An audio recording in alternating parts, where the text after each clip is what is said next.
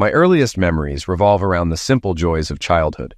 Weekend trips to the park, the smell of my grandmother's freshly baked bread, and the laughter that filled our home. As the eldest of 3 siblings, I often found myself taking on the role of protector and guide, a position I wore with pride even as it came with its own pressures. By the time I started school, my curiosity about the world was insatiable. I would spend hours poring over encyclopedias and building elaborate contraptions with my toy blocks, dreaming of becoming an inventor. My father, a quiet but supportive man, encouraged my creativity, often joining me in my makeshift workshops. My mother, ever practical and nurturing, made sure I balanced my dreams with discipline and hard work. At 8, I joined the local soccer team.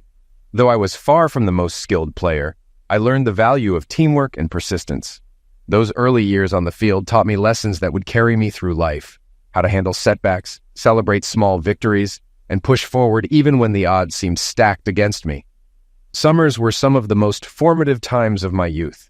My siblings and I would spend weeks at our grandparents' countryside home, exploring the woods and learning the art of patience through fishing trips with Grandpa. These summers taught me a love for nature and a deep respect for simplicity.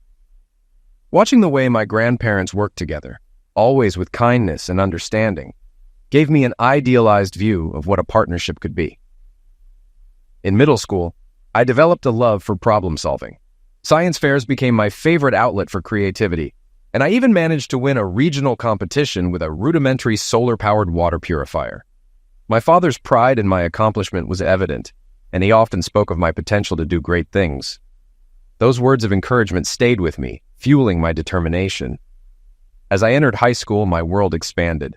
New friendships, challenging classes, and the thrill of discovering my own identity kept me busy. I also began volunteering at a community center, helping younger kids with homework and organizing sports activities. This experience taught me empathy and reinforced my belief in giving back to others, values that would guide me well into adulthood. High school brought a mix of triumphs and challenges. I excelled academically, often earning top marks in science and math, but struggled with the social dynamics of teenage life. My time was split between helping my younger siblings with their schoolwork and taking part in extracurricular activities. These experiences instilled a sense of responsibility and independence that would later shape my approach to adulthood. Those formative years, filled with lessons in resilience, creativity, and connection, shaped my beliefs about life and relationships. They gave me the foundation to dream big and trust in the strength of human bonds. But as I stepped into adulthood, I would soon discover how fragile those bonds could be, and how life could test even the strongest resolve. Divorce is one of those things you never expect to touch your life. You hear about it happening to friends, each with their own reasons. But when you trust and cherish your partner, it feels like your relationship is unbreakable. Observing today's divorce statistics, I sometimes question why anyone commits to marriage. The phrase, "till death do us part," seems to have lost its weight over the years. Looking back, I realized the signs were there all along, not from stories or advice columns, but in the subtleties of our daily lives. Love has a way of clouding your perception. With a shared home, children, and a vision of growing old together, it's easy to dismiss the quiet red flags. Yet, in hindsight, those signs were as clear as day. I just wasn't ready to see them. I grew up in what became a single-parent household. My parents' marriage seemed solid. My father worked hard, sacrificing for the family, while my mother returned to work once my younger sister started school. As kids, we didn't understand what was happening, but looking back, I now see the signs. My mother didn't start her affair immediately. It began when I was a teenager, with late nights, business trips, and better clothes. Eventually, my father caught her cheating. He came home early one day and found her in bed with her boss. Despite his outrage, my father couldn't evict her. In a no-fault divorce system, infidelity held no weight. The house belonged to both of them, and she refused to leave. He moved out, unable to live with her, but couldn't afford a place big enough for all of us. So, my siblings and I stayed with my mother. I confronted her, made my feelings clear, and vowed to live with my father when I could. My father was heartbroken, but fought to stay present for us. He tried for custody, but knew the odds were against him, as courts rarely granted it to fathers then. By the time custody was decided, I was old enough to choose him, but my younger siblings stayed with my mother. Thankfully, my father wasn't burdened with unreasonable child support, unlike what happens in the U.S. The years after were tough. I resented my mother and made no secret of it. Any man she brought home was reminded of her infidelity. By 16, we barely spoke. I stayed out as much as possible, working, studying, or avoiding her. Eventually, my father rebuilt his life and met Naomi, a fellow divorcee. She embraced us as her own, and her daughter became like a sister. Though my father was reluctant to remarry, they built a happy life together. Despite the pain, I was glad he found love again. When I turned 18 and graduated high school, I moved out of my father's house. Staying until then had only been for my siblings. My relationship with my mother had deteriorated beyond repair, and my parting words to her were harsh, an outburst of years of resentment over how she'd torn our family apart. As I packed my car, my mother sobbed, but I didn't look back. I hugged my brother and sister, promising to always be there for them. The experience left me wary of relationships. I knew I was monogamous and expected the same from a partner. After high school, I focused on work and dated cautiously, searching for someone trustworthy. At 21, I met Kylie, a recent college graduate, at a corporate event. I was working as an engineer while taking night classes, aiming for a management role. Kylie, a sales rep, impressed me with her humor and warmth. By the end of the event, I had her number. Our first date was casual, a bar in town. She admitted her job was temporary, chosen more for her looks than skills, and mentioned how uncomfortable it was being hit on by married men. We bonded over shared views on loyalty and honesty, and by the end of the third date, we shared our first kiss. As we grew closer, I opened up about my parents' divorce. Kylie was supportive, and her kindness made me feel lighter. Over time, our dates turned into dinners at my apartment. Eventually, we fell in love, and after she found steady work, we began discussing a future together, a home, marriage, and children. We bought a house before marriage, with my father co-signing the mortgage since Kylie's finances weren't in great shape. Her gratitude and my father's support deepened our bond. 3 months after moving in, I proposed, and our families celebrated with us. Our wedding was a joyful outdoor ceremony, followed by a reception under a marquee. The honeymoon on a Pacific island was blissful, and we soon learned Kylie was pregnant. 9 months later, she gave birth to our daughter. 18 months after that, we welcomed a son. Kylie was everything I'd hoped for, loving, loyal, and committed. Despite my past experiences, I felt lucky to have built a life filled with trust and love. 3 months after our son was born, we decided 2 children were enough. Kylie didn't want either of us to undergo permanent procedures, so she simply returned to birth control, which had always worked for her. Kylie stayed home until our youngest started school, then transitioned to part-time work before resuming full-time employment when both kids reached middle school. By the time we were 45, I had become a regional manager for a national engineering firm, traveling frequently but rarely overnight. Kylie ran her own successful real estate office, occasionally traveling to the city for meetings. Our daughter Charlotte had moved in with her boyfriend, a kind and committed young man, and I assumed they'd marry soon. Our son Stephen was in college, living near campus. While he explored different interests, Kylie and I supported him unconditionally. After more than 20 years of marriage, I believed Kylie and I still loved each other deeply. I never betrayed her trust, even in thought. Yet memories of my father's betrayal haunted me, and when I started noticing small changes in Kylie, those fears resurfaced. "I think she's cheating," I confided to Dave, my longtime friend. "Seriously? Kylie adores you," he replied, stunned. I shook my head. I thought things would improve once the kids left, but she's been acting differently. Secretive, distant. It's like watching my mother all over again. Dave sighed. "What's your plan?" "I'm gathering evidence. If I'm right, I'll leave her. No drama, just an exit." The next morning, I went to my father's house. Naomi, his wife, greeted me warmly. Over a beer, I told Dad my suspicions. "I think Kylie's having an affair," I said. Naomi sighed, and Dad muttered, "Not again." "I've hired a private investigator," I continued. "If I'm right, I'll transfer the house to you. Legally, Kylie doesn't own it since you co-signed the mortgage." Dad frowned. "Are you sure about this?" "Completely," I said. "We agreed on fidelity when we married. If she broke that promise, I'm done. No alimony, no spousal support. She earns as much as I do. The kids are grown, so there's nothing tying us." Later, I returned home to find Kylie on the couch watching a movie. She smiled warmly, her eyes lighting up as always. "Where were you?" she asked. "With Dad," I said casually. "Work stuff, just needed his advice." She nodded, seemingly satisfied. Though I had no solid proof, my suspicions lingered. If she was cheating, she hid it well. On nights I worked late, she still snuggled up to me, whispering how much she loved me. I hoped I was wrong, but I couldn't ignore the signs. The thought that Kylie might be lying hurt deeply, but the possibility of her betrayal hurt even more.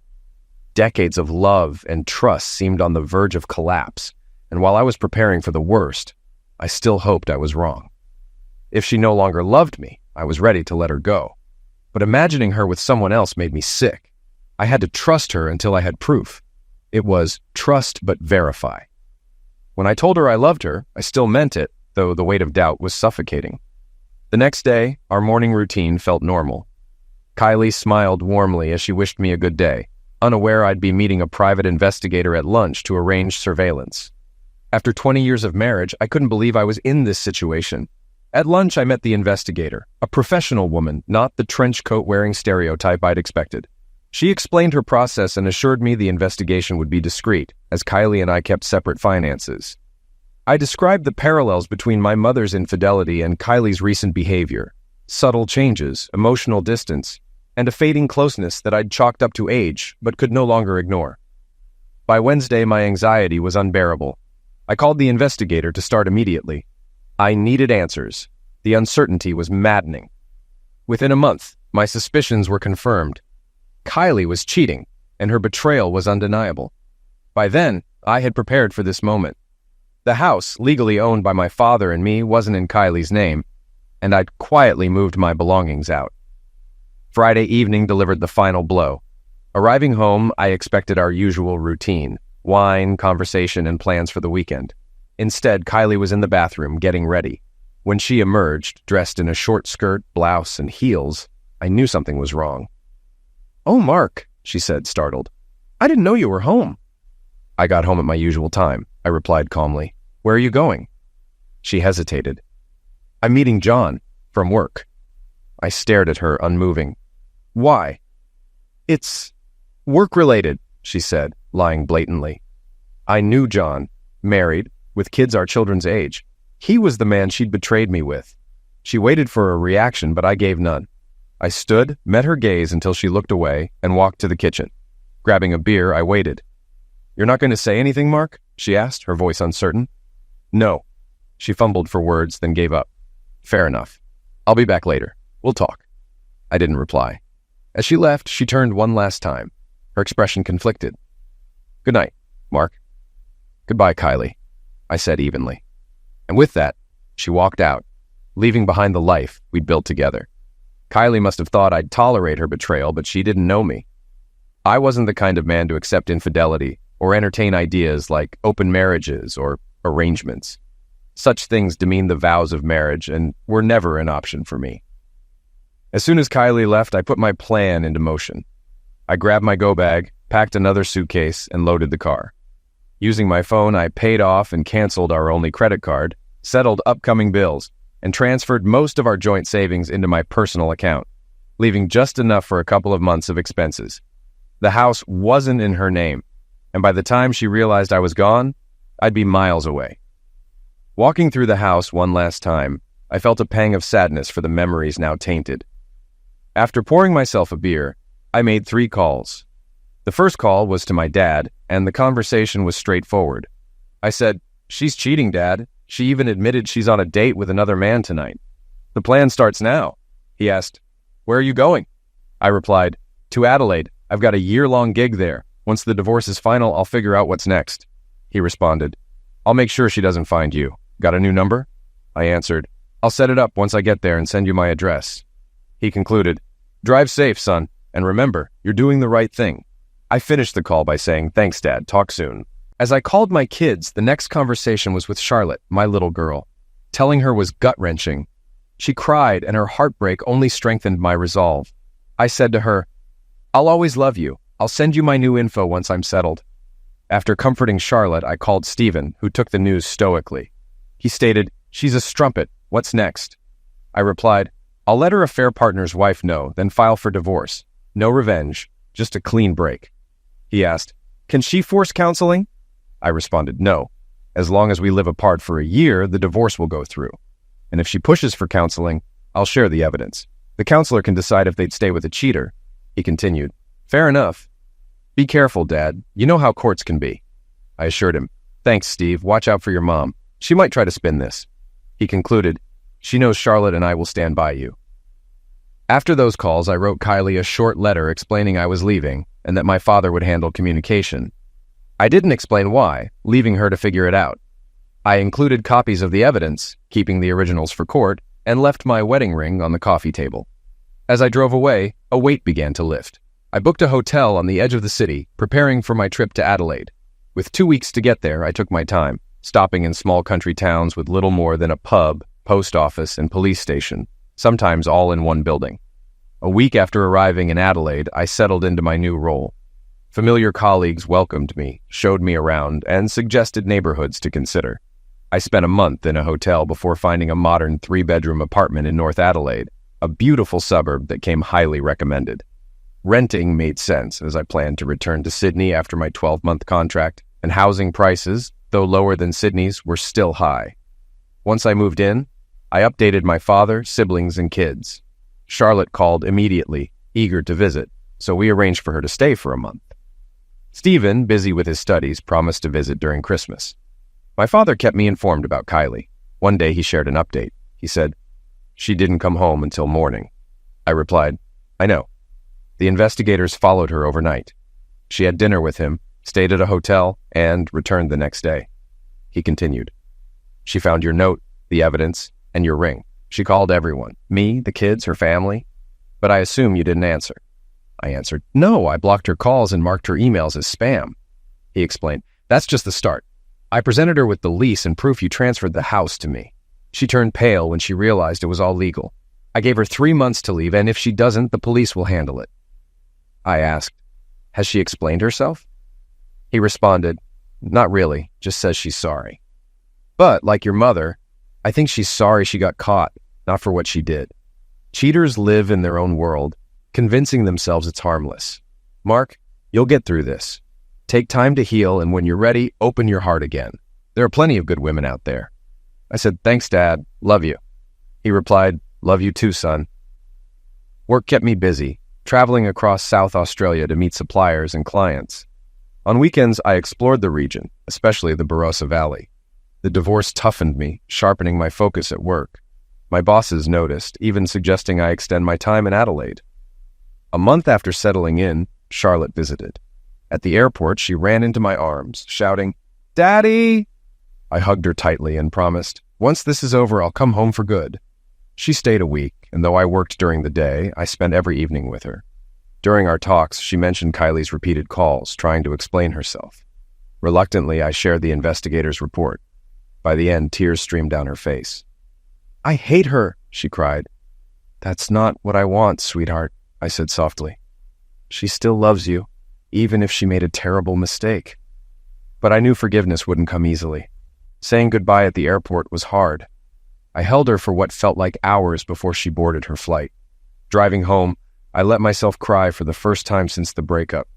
Charlotte's visit revitalized me. We talked every night, and Stephen called often.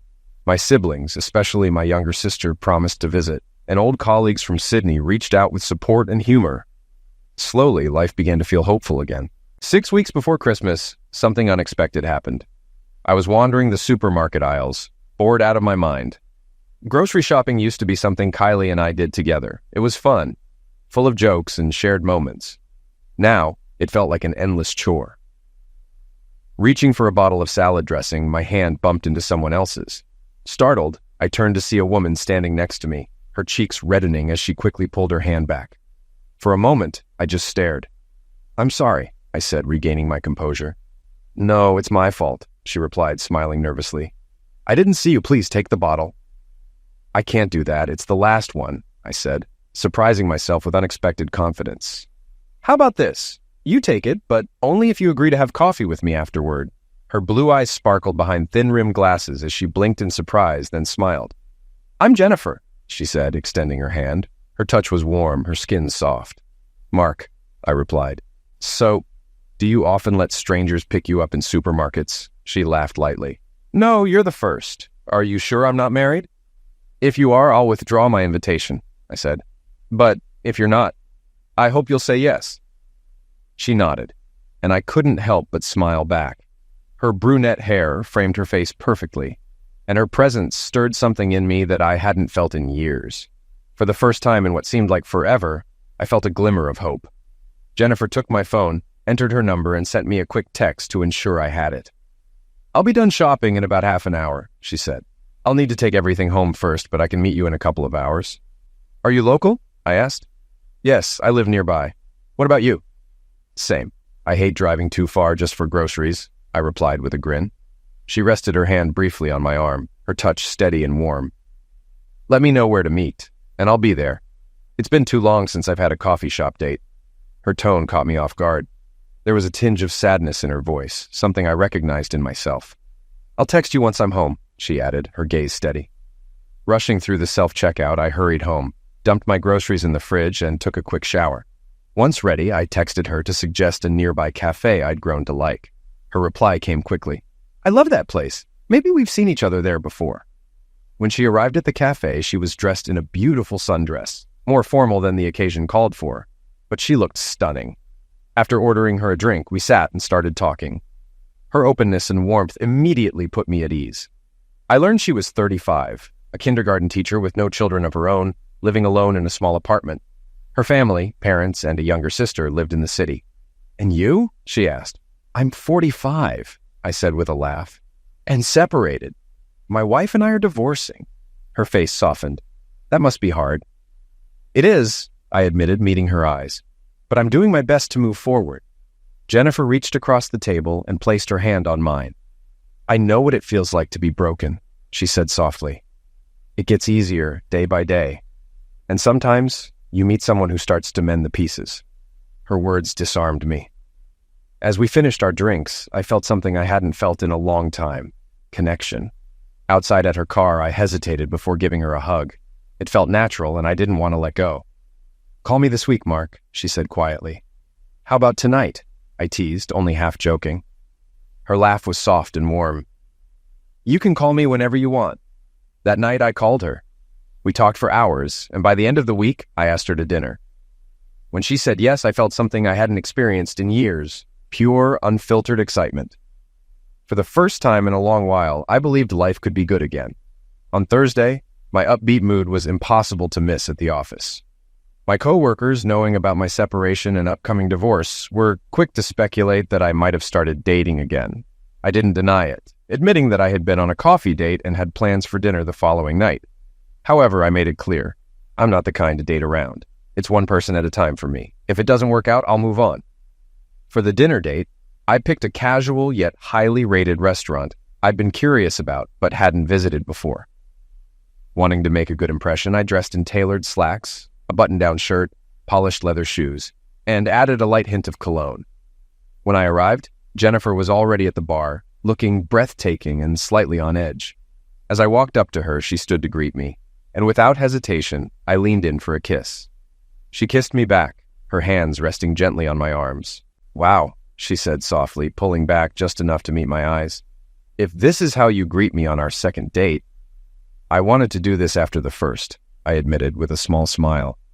Before we could say more, the waiter came over to lead us to a cozy semicircular booth where we could sit side by side. Over drinks, we began talking about our week. Jennifer's enthusiasm for her teaching career was contagious, and when she confided her desire to have children someday, I shared my own dreams. The conversation flowed easily, pausing only when the waiter took our order. We split an appetizer and dessert, but chose individual main courses. Throughout the meal, I found myself captivated by her, the way she spoke, the subtle movements of her hands, her expressions. A few times she caught me staring, and each time her cheeks turned pink. After dinner, we walked to a quiet bar I'd researched earlier. The dim lighting and soft piano music created the perfect atmosphere as we sipped our drinks, her cocktail and my bourbon, and kept talking. "What's on your mind, Mark?" she asked after a pause, sensing my hesitation. I took a deep breath and decided to be honest. I told her about my marriage, how it began, the life we built together, and the family we shared. Then I shared the difficult truths about my parents' divorce, my strained relationship with my mother, and the ways those experiences had shaped me. As I spoke, I realized my wife had fallen into similar patterns. Finally, I explained why I had left and the steps I was taking now. "I'm still technically married," I admitted, my voice low but firm. "We live apart, and the relationship is over in every way but legally. I came here to finalize the divorce. I don't know if you'd see that as a form of cheating, and I wouldn't blame you if you did, but my marriage is done. It exists in name only. I'll return to Sydney to finish everything once it's finalized." Jennifer looked thoughtful. "And if you meet someone here?" she asked quietly. "I'd be up front with her," I said honestly. "But my kids are in Sydney, and being this far from them is the hardest part of all. I miss them every day." Her hand covered mine gently, offering comfort. After a moment, she spoke. "My ex-husband was, let's just say, not a good man. I was 19 when I met him, and he was 25. My parents tried to warn me, but I didn't listen. I thought I was in love." She paused, her voice softening. "At first, I didn't notice the signs. But soon after we married, they became impossible to ignore. He let me keep my job, surprisingly. But everything else was under his control. Little by little, he isolated me from my friends and family. At home, I was nothing more than a servant, and something worse." She hesitated before continuing. "If I spoke up, I was disrespectful. If I dressed nicely, I was attention-seeking. Spending money on myself? Irresponsible. Everything I did was wrong in his eyes, and he never hesitated to tell me so." I felt a knot in my stomach. "It must have been unbearable," I said softly. She nodded, her expression somber. "Eventually, I knew I had to leave. I could see the anger in his eyes, and I was afraid he'd injure me. I called my dad, crying, and begged him to help. He came with my uncles and a few friends. My ex tried to fight back, but he couldn't stand up to a group of men." Her tone brightened slightly. "My dad knocked him out with one punch and tied him to a chair while I packed. That same day, I filed a police report, got a restraining order, and started divorce proceedings. It's been 7 years since then. He has no idea where I am, and I haven't dated much because I've been too scared." She looked up at me, her eyes soft. "But then I met you, Mark. For the first time in so long, I felt something real, something I never felt with him." I leaned in, kissing her gently. "Tonight was wonderful, Jennifer," I said as we pulled apart. "I'd really like to see you again." Her smile widened. "Anytime you want. I'm not a bad cook. You could come over for dinner sometime?" "Deal," I said, grinning. "But next time, I'll cook for you." We agreed on Wednesday evening. "But I expect your usual nightly call and plenty of messages until then," she teased. "Play your cards right, and you might even get a surprise or two." "What about tomorrow?" I asked. "What about it?" she replied with a playful smirk. "Let's go to the beach," I suggested. "You just want to see me in a swimsuit," she teased. "No," I chuckled. "I just want to spend more time with you." Later that night, I saw her text pop up. "Jay, I had an amazing night, Mark. I wanted you to stay, but I don't want to rush this. M, I don't want to rush either. But when Wednesday comes, bring a change of clothes. I'd love for you to stay, even if it's just to share the same bed. Jay, I'm tired of being alone, Mark. M, so am I." The following morning, I picked her up outside her apartment. She greeted me with a radiant smile. "So, what do you think?" she asked, twirling slightly. "Do I need a broom to keep the other men away?" I chuckled. "You look incredible," I said, completely sincere. We spent the day at the beach, starting with breakfast at a cozy little cafe, and then lounging under the sun for hours. As the evening approached, she leaned in close and murmured, "Go home, grab a bag, and come back. Stay the night with me." I didn't hesitate. I rushed home, packed quickly, and returned to her place in record time. When she opened the door and saw me catching my breath, she laughed softly, grabbed me by the shirt, and pulled me inside. That night wasn't hurried or frantic. It felt natural, like everything was finally falling into place. The next morning, she made breakfast while we relaxed in a shared, peaceful silence. No words were needed. Just being together felt perfect. "Take your time, Jenny," I said gently. "We have all the time in the world." Deep down, I already knew I was falling for her, and I could feel she was falling for me, too. Yet a small voice in the back of my mind whispered caution. Was this happening too fast? I had just left a 20-year marriage and found myself captivated by the first woman I met. Still, it didn't feel random. It felt like everything had led to that moment. Meeting her in the supermarket couldn't have been a coincidence. We didn't text constantly. Her teaching kept her busy. But every night, without fail, we talked on the phone. My coworkers noticed the change in me, and I told my family in Sydney that I had met someone special. My dad called one evening, updating me on my daughter Kylie. "She's about to move out," he mentioned. Apparently, she was still searching for me, hoping to run into me in Sydney, not knowing I had already left. By the time Wednesday arrived, I could hardly wait.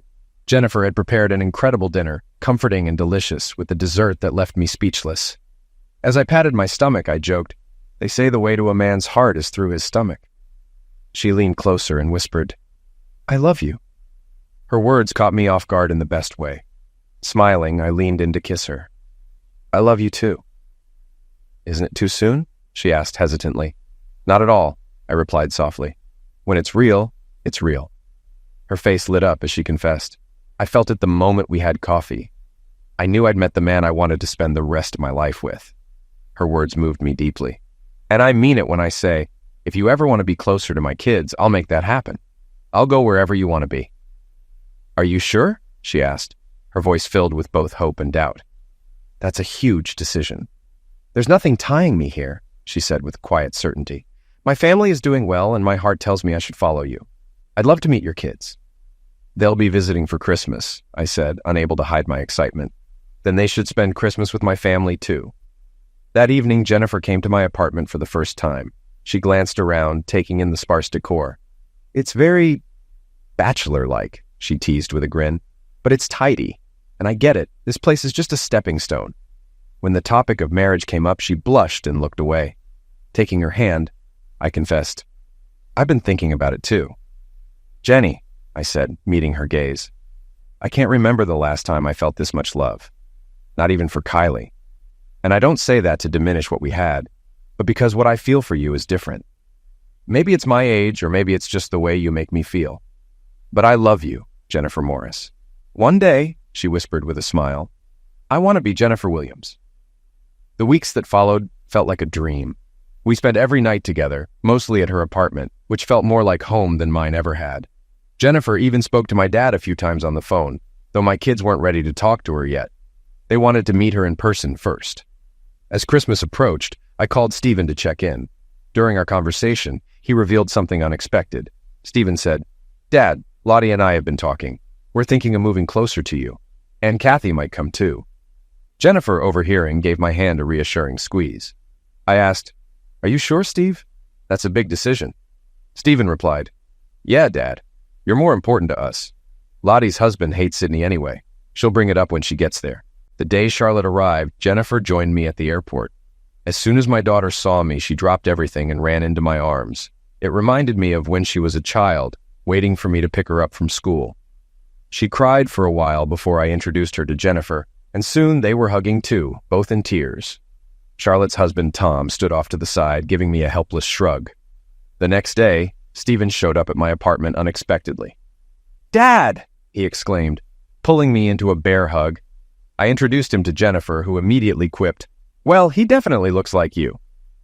I couldn't help but laugh, knowing what she meant. Years ago, I had done a DNA test to confirm paternity, not out of doubt, but for peace of mind. Back then, I never would have guessed how much my life would change. Later that morning, I loaded everyone into the car and drove us to Jennifer's parents' home. The trunk was stuffed with gifts, which we unloaded before stepping inside. Jennifer's mother instantly hit it off with Charlotte, while her father welcomed Stephen like he was part of the family. They embraced me warmly, already treating me as a future son-in-law. That evening, I video called my father to share Christmas greetings. My siblings and their families were with him, filling the screen with happy faces and laughter. Meanwhile, Kylie had moved back in with her parents. Surprisingly, her affair partner's life had also unraveled. His wife had exposed his infidelity, leading to his firing for misconduct. Kylie wasn't faring much better. She had been demoted at work and abandoned by mutual friends who couldn't overlook her betrayal. Spending Christmas with Jennifer's family felt like a dream. My kids took countless photos for social media, though I didn't pay much attention to that world. Messages from old acquaintances began trickling in, asking about my life.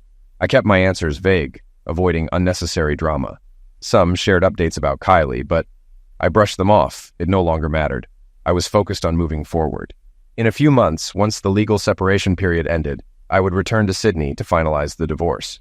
Jennifer was excited about the idea of joining me in Sydney, but I suggested Adelaide as a possibility, especially since some of my family were considering moving there. Her eyes lit up at the thought, and when I handed her the gift I'd carefully chosen, a beautiful necklace and bracelet, she was nearly in tears. It's not a ring, I told her with a gentle smile, but I wanted to give you something special. Her hands trembled as she fastened the jewelry around her neck and wrist. I'll cherish these, she whispered. They're perfect. After a hearty Christmas meal, Jennifer's father invited me to his garage. He was restoring an old sports car and handed me a beer as we talked. He began seriously. Mark, I haven't seen Jenny this happy in a long time. Part of me thinks a change of scenery would be good for her, but are you sure you're ready to settle down here? I replied, if that's what she wants, then yes. And my kids are thinking about relocating too. He asked, how soon can the divorce be finalized? Just a few months, I assured him. I've been completely honest with Jennifer from the start. He nodded, but frowned slightly. I've heard Kylie hasn't made it easy for you.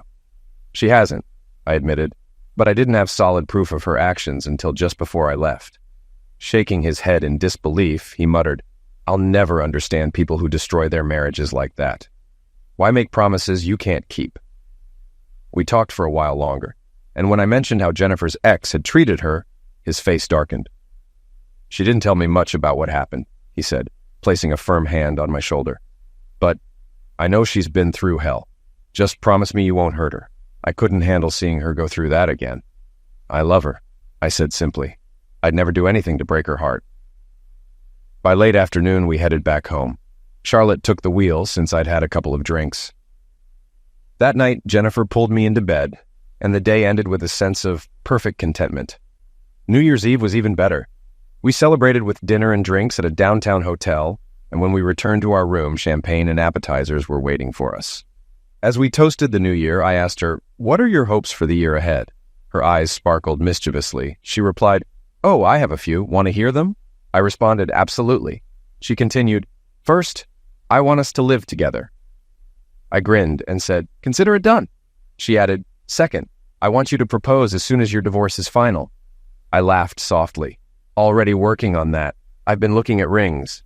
And last, she whispered, I want a baby. I wrapped my arms around her. We'll get married and we'll start our family, I promise. When my kids left a few days later, it was bittersweet. I told them about my plans to stay in Adelaide and encouraged them to consider moving closer. They agreed to think it over, and I updated my father on the conversation. Do what feels right for you, he said. Naomi and I will always visit no matter where you are. The next few months passed in a blur of happiness. Jennifer and I moved into a new apartment together, a space that felt truly ours. Our relationship wasn't flawless. Trust issues occasionally surfaced, and we faced challenges, but we tackled them together, always committed to open communication. Jennifer's love and support helped me heal and rediscover parts of myself I thought I'd lost. When the time came to finalize the divorce, I was ready. I had already bought an engagement ring, but I knew there was one final hurdle to clear. Jennifer accompanied me to Sydney, nervous but determined to be by my side. At the airport, my father, siblings, and children greeted us warmly. We stayed with my dad while the legal process unfolded. Although I had completed all the necessary paperwork, my lawyer informed me that Kylie was contesting the divorce. She's trying to delay the process, he explained, but you followed all the legal requirements. The court isn't likely to side with her. Still, Kylie requested a meeting. She's willing to sign the papers if you agree to hear her out, the lawyer said. Jennifer supported my decision. If it helps you move on, I think you should do it, she said gently. My father agreed. Let her say her piece, son. You're building a new life now. Don't let this hold you back. With a deep breath, I agreed. All right, let's arrange the meeting. A week later, we were in court. Jennifer sat beside me, her quiet presence giving me strength.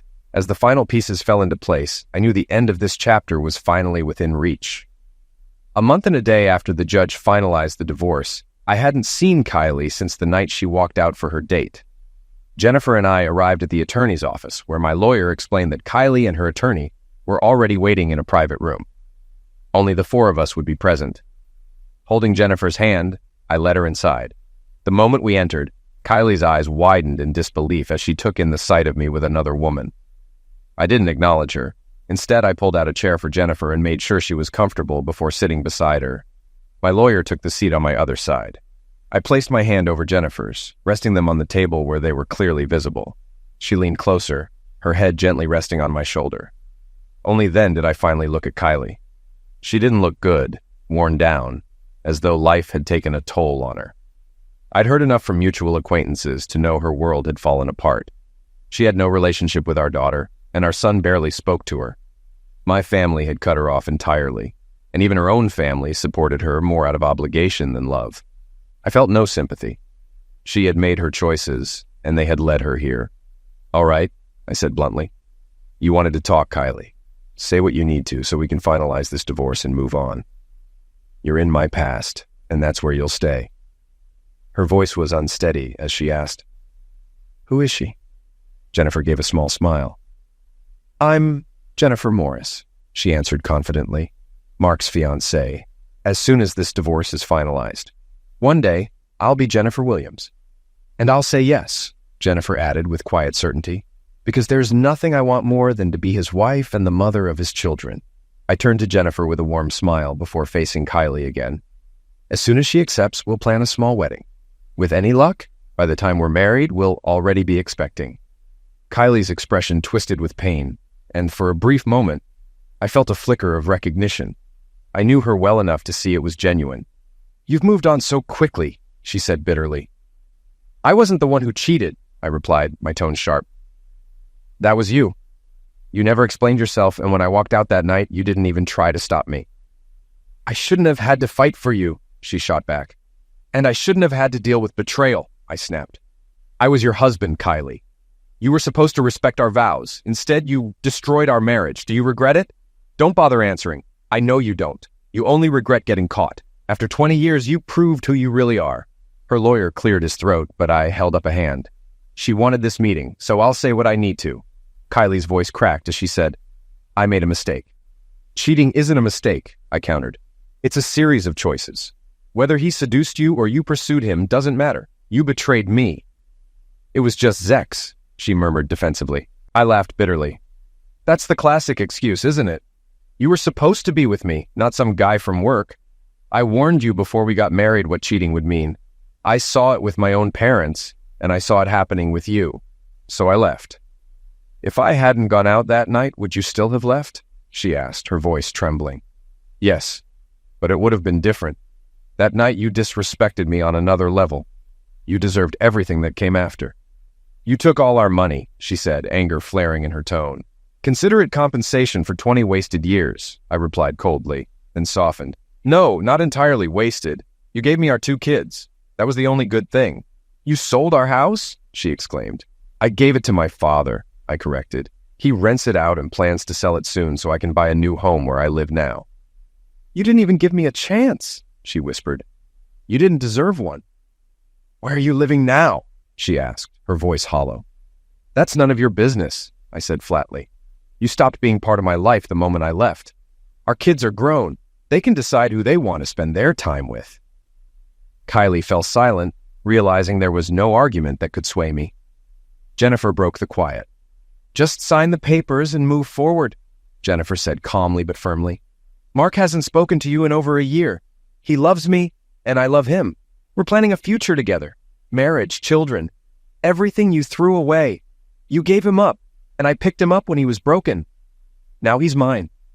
Tears welled in Kylie's eyes. "I still love you, Mark." "Good for you," I replied, my voice cold. "I don't care. I don't hate you anymore, but don't mistake that for anything else. You stopped being my concern the day you chose someone else." Her lawyer leaned in, breaking the tension.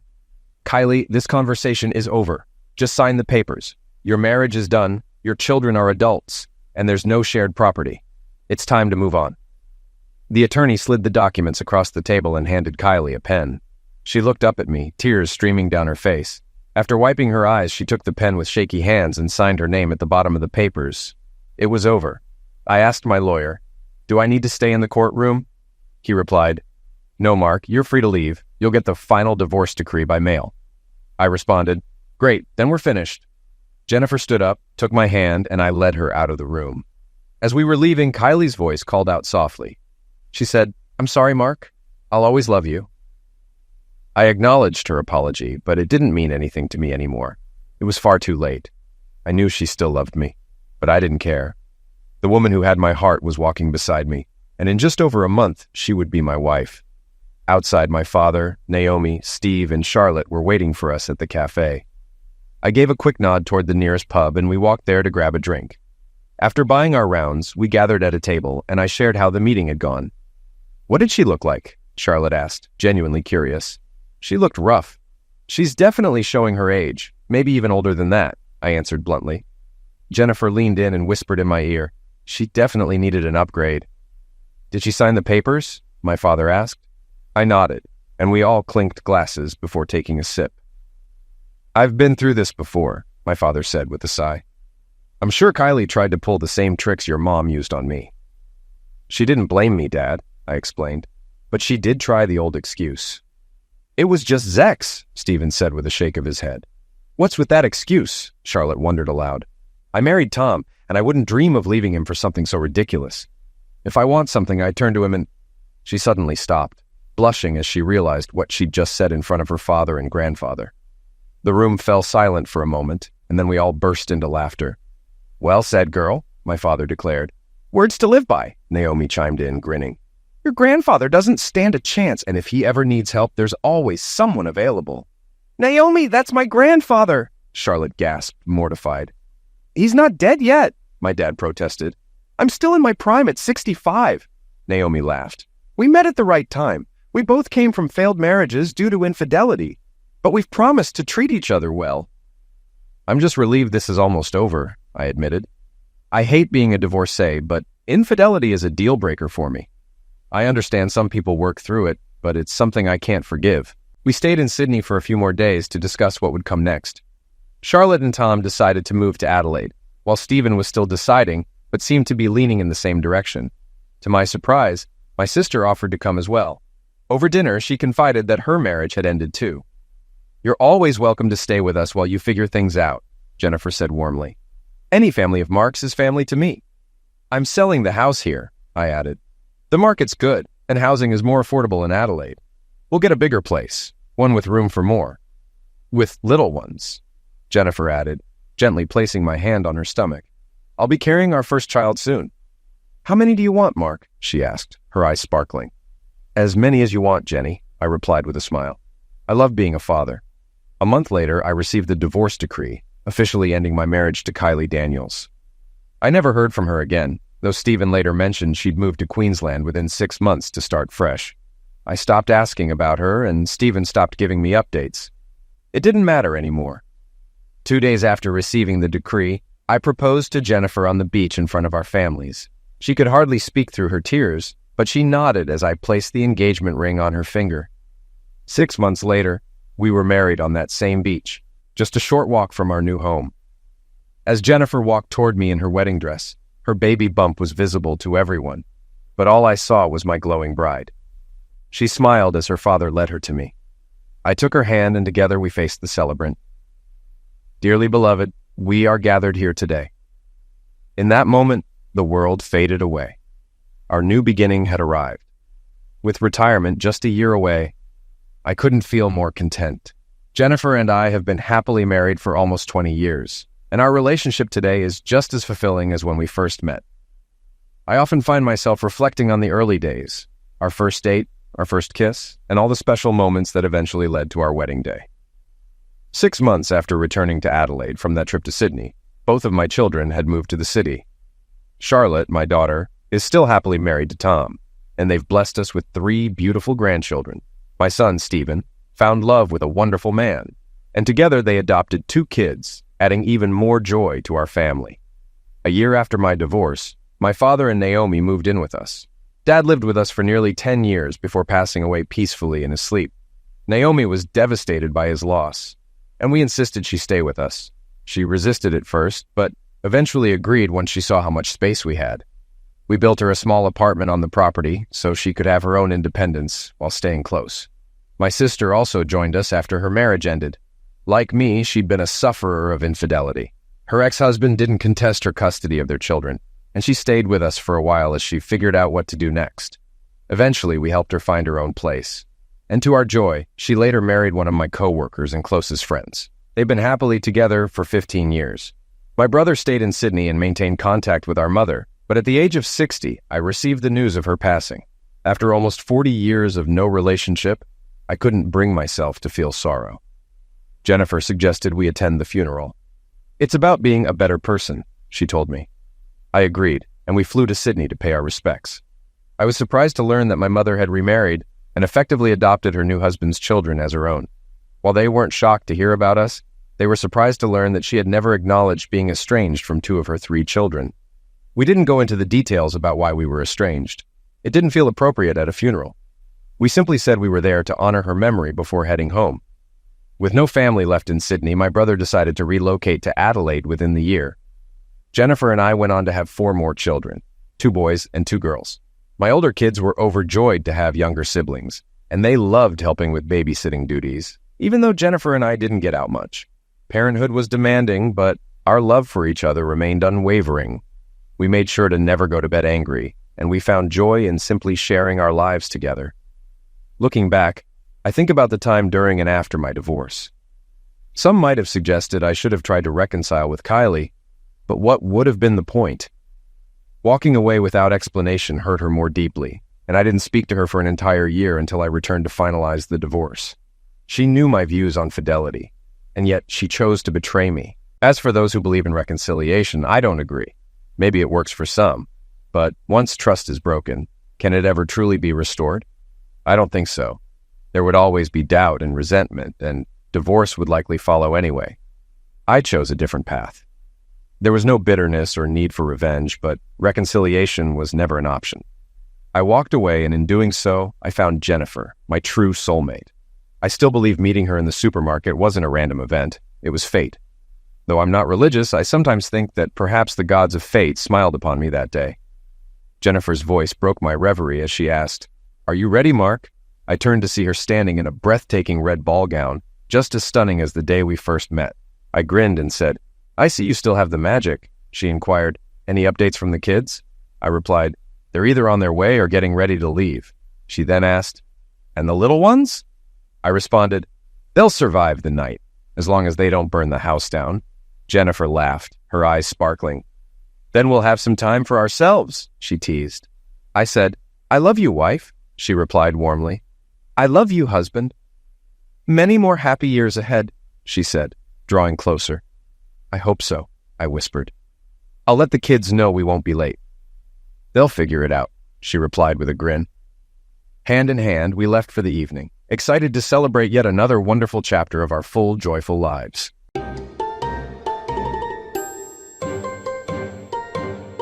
Ellie Benton always dreamed of a life filled with love, luxury, and deep connections.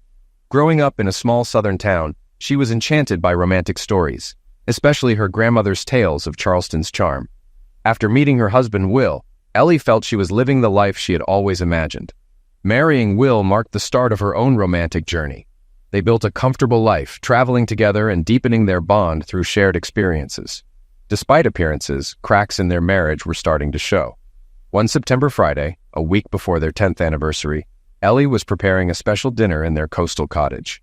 She grilled amberjack with fresh radishes and basil, served with southern grains and homemade bread, and paired it with a 2010 Bordeaux Sauvignon Blanc. She planned to end the night with strawberries and cream after a beach walk with Will.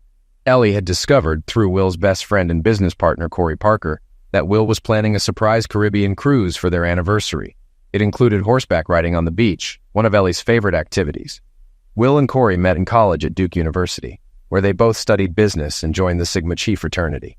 After graduating, they started a technology company that helps high school students choose colleges.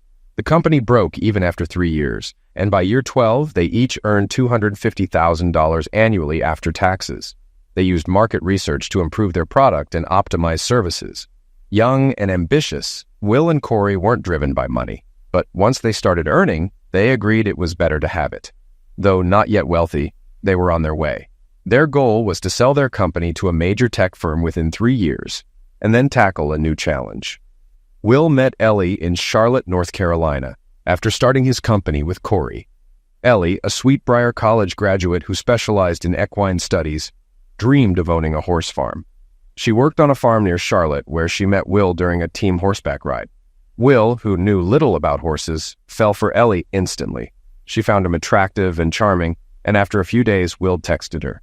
They soon went for coffee, and 11 months later, they were married. Their honeymoon in Maroon Bells, Colorado, was a mix of outdoor adventures and relaxing nights at the St. Regis, where Ellie teased Will for his soreness from the activities. Their early sex life was a learning experience, as both were new to exploring their desires together. By the third year of marriage, they had settled into a comfortable routine, with Ellie jokingly calling Will a writer after a rough session. Will, playing along, teased back about taming her, which led to more playful intimacy. Corey, on the other hand, was a womanizer. Ellie introduced him to friends, but after a few short-lived relationships, she kept her distance from his dating life, finding his approach immature. While Will was a bit shorter with white hair and blue eyes, Corey, tall with dark hair and brown eyes, enjoyed the chase, but often lost interest after the first encounter. Ellie regularly scolded him for his behavior. "Corey, you can't just sleep with them and move on," Ellie said, clearly annoyed. "Of course I can, Al," he replied playfully. "I don't promise love and they're all adults. Besides, if I meet someone like you, I might stick around." Turning to Will, Corey added, "Don't drag me into this, brother." Will, reading Ellie's mood, wisely responded, "I may not be pretty, but I'm no fool." A week before their anniversary trip, Ellie prepared a romantic dinner, her passion for horseback riding igniting her sexual energy. She had just returned from riding at Seabrook Island and decided to cook barefoot in a short sundress. As a Mustang pulled up, she felt a rush of excitement. Corey entered, unable to resist her appearance. "No lingerie," he whispered, full of lust. "Damn you, Corey," she said teasingly. "Go shower, dinner's ready in 5 minutes, and later I'll give you the best dessert of your life." 9 months earlier, Corey had started his pursuit of Ellie. He often annoyed her, but saw it as part of the challenge. Despite introducing him to her single friends, Ellie grew frustrated when Corey discarded them after brief flings. For Corey, though, it was all part of his plan. He used these interactions to learn about Ellie through her friends, gathering information to slowly seduce her. Corey didn't intend to harm Will, his longtime friend and business partner. He wasn't trying to outdo him, but saw seducing Ellie as a challenge. He believed he could win her over, enjoy the affair briefly, and then end it, convincing Ellie to stay loyal to Will. His goal was for everyone to come out ahead, with Will never finding out. For years, Corey had pushed Ellie, teasing and apologizing. She often complained about him to Will, but Corey's charm and small, thoughtful gestures eventually softened her. When she hugged him and said, "I still hate your damn in the A, but you can be so sweet," he knew he was back in her good graces. It was the end of January when Corey finally made his breakthrough. Just before Christmas, he had met Ellie's stablemate, Joe, a tall, lively redhead with a wild personality. Their chemistry was undeniable, and they had sex just 30 minutes after their first kiss on New Year's Eve. After leaving the party, they headed to Corey's apartment, where their night of passion continued into the next morning. Though Corey enjoyed being with Joe, his focus remained on Ellie. Joe was just a means to an end. He craved Ellie and knew that with persistence, he could have her. His imagination often wandered to how it would play out. On January 23rd, Corey was at Will and Ellie's house to watch Sunday Night Football. He and Will were in the office drinking beer, while Ellie's phone rang during the second quarter of the AFC game. She answered, and they overheard the conversation. "Hey, Joe, what's up?" "No way." "He did not do that, Joe. Calm down and tell me what happened." Suddenly, they heard a loud noise, and Ellie stomped out of the room, furious. "That damn bastard. I'm going to kick his in the A," she shouted before slamming the door. Will gave Corey a knowing look. "Did you break her heart again?" "Sorry, Will," Corey said. "Joe just wasn't for me. I couldn't string her along." "When are you going to grow up? Every time you break up with one of Ellie's friends, she's mad at you, and I'm the one who pays for it. I get no Zex for a week." "Yeah, I know, man. I need to stop messing around before Ellie really liquidates me." "Well, I don't have a Colt, but I can't promise she won't buy one." A few minutes later, Ellie stormed out of the bedroom and confronted Corey. "You're such an a-hole, Parker," she yelled, using his last name, which he knew meant trouble. "Al, I'm sorry. Joe's a great girl, but—" "Shut up, Corey," Ellie screamed, grabbing a pillow and hitting him with it. "You always use them and toss them aside. Why, Corey? What's wrong with you?" Corey tried to avoid her blows by moving around the couch, but the hits, though from a pillow, were strong. He quickly grabbed his jacket and headed for the door. "You're acting crazy, Ellie. I'm sorry I hurt Joe, but I think I should leave. We can talk when you've calmed down." "Calm down?" she shouted, following him. "You sleep with my friends and you think I should calm down?" She threw the pillow as Corey closed the door, narrowly missing him. Still furious, Ellie opened the door again and chased Corey down the sidewalk. Will, deciding not to get involved, remained on the couch, watching football. "I'm not done with you, Corey Parker! Get back here!" Ellie screamed, as she followed him to his car, parked out front and hidden from view by a hedge. They were alone. Corey raised his hands in surrender. "Okay, Al, hold on a minute," he said, softening his tone. "It's 28 degrees, and you're out here barefoot in just a t-shirt. You should go inside before you freeze." Her teeth were chattering, but she wasn't backing down. "To hell with that, Parker." Then she started crying again. "Why, Corey? Why do you treat my girlfriends and every other woman like this? What happened to you?" This was the moment Corey had been waiting for. Putting on his best sympathetic look, he replied, "Do you really want to know, Ellie? Are you sure? Because once I say it, there's no turning back." Ellie was surprised by his sudden vulnerability. She'd always seen him as shallow, but now she glimpsed a deeper side. "Yes, Corey, tell me." "It's you, Ellie. You're the reason I can't stay with anyone. I know you're married, and to my best friend no less. But whenever I'm with someone else, I only see your face. You're the one I want to be with. I'm sorry, but I'm crazy about you." "But Corey, we can't. I mean, I'm flattered, and I care about you too, but we can't. This isn't right." There's a fine line between anger and passion, and Corey knew he was about to cross it with her. He didn't let her finish. Grabbing her with strong hands, he kissed her deeply, one hand on her head and the other around her waist. This was the moment of truth. She would either push him away or respond. At first, she didn't resist, but didn't fully give in either. After a few moments, her weak protest turned into a soft moan, and she kissed him back. Ellie wrapped her arms around his neck, melting into the embrace. Their tongues intertwined, driven by passion, anger, and desire. It lasted over a minute, an intense mix of emotions swirling between them. When they finally broke the kiss, they still held on to each other. "Oh God, what have I done?" Ellie whispered, pulling back slightly. Corey didn't respond. He knew she wasn't asking him. Instead, he kissed her again, his hands now exploring her body. She didn't stop him, pressing closer and reaching below his waist. After a few more heated moments, she pulled away. "Corey, please, I can't do this. Not here. Not now." The fact that she didn't say never was telling. Corey realized he had gotten as far as he could for now. "Ellie, I won't say I'm sorry because I'm not. I don't want to hurt my friend. But that doesn't mean I don't want to be with you. This could be our secret. I'm not the marrying type, and I won't steal you from him. But don't you want to let go and enjoy this? The pleasure it could bring?" "But Will," Ellie started. "We can keep this from him. We both know this won't last forever. Intense things burn out quickly. Maybe a few months, maybe a year. But we'll always have the memories of an incredible connection with each other." He could tell she was starting to waver. "I know it would be incredible, Corey, but how can we be sure it won't blow up and ruin my marriage? Will is the person I want to spend my life with. People get caught because they're careless. We're not like that. I'm confident we can do this without anyone getting hurt." "No, I don't think so," she said, walking quickly to her car. She was determined not to let it happen, but as Corey watched her leave, he wasn't discouraged. He knew she had crossed a line, and there was no going back. It might take time, but he'd help her take the next steps. After a few moments, he made his way back to the office with Will's coffee, ready to lie about Ellie scolding him. The next steps came sooner than expected. Within a week, Will had to travel to Winston-Salem to meet some technicians they were recruiting. Knowing she'd have the evening to herself, Ellie went horseback riding after work, returning home chilled from the February cold. After a shower, she felt a wave of desire. She wrapped herself in a terry robe and settled by the fireplace with a glass of wine. Will called to check in, saying he'd be home by lunchtime the next day. Ellie teased him as she caressed herself, thinking, "I want to make love tonight. No, I want to have sex tonight."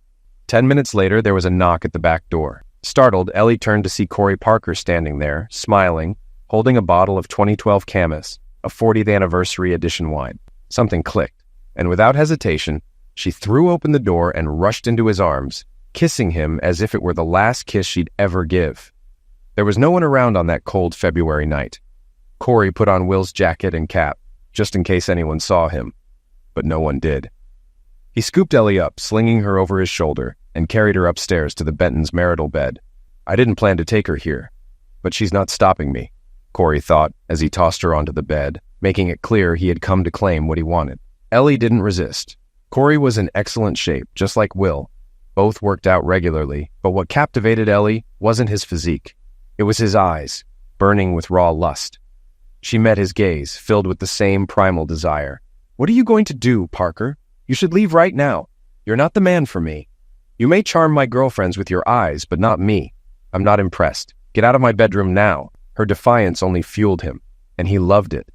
"Which, you know you want it," he growled, grabbing the laces of her robe and untying it.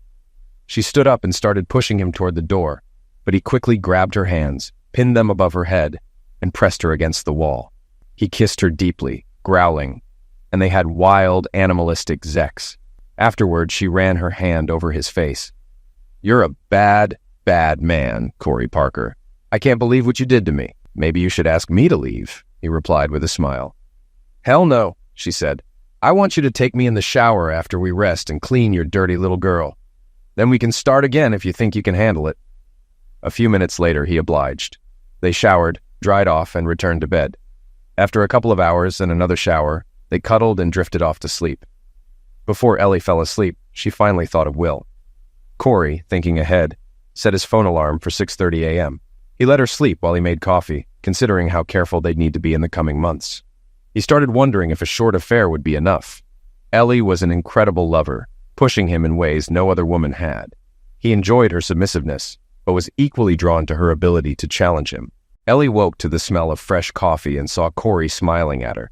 After heading to the bathroom, they sat quietly, sipping coffee together.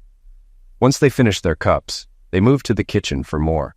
But before she could enjoy her coffee, Ellie found herself bent over the kitchen table, experiencing another round of Corey's passion. 2 hours later, the bed linens were washed, and Corey was in the office. Will had just gotten into his car, heading home to his loving wife. Ellie knew Will would want to make love that evening, and in a strange way, she wanted him to. She wanted him to take her back. She knew she would continue her affair with Corey, but somehow convinced herself she could keep them separate and enjoy both. That morning, she and Corey talked about being extra careful. She believed it could work until they tired of the affair and she returned to being a faithful wife. The word betrayal never entered her mind. Like most people, she considered herself a good person. What she was doing didn't seem right, but she refused to see it as truly wrong. "I love Will, and I'll never stop," Ellie thought to herself. She didn't dwell on how she could balance love, fidelity, and an affair with her husband's business partner.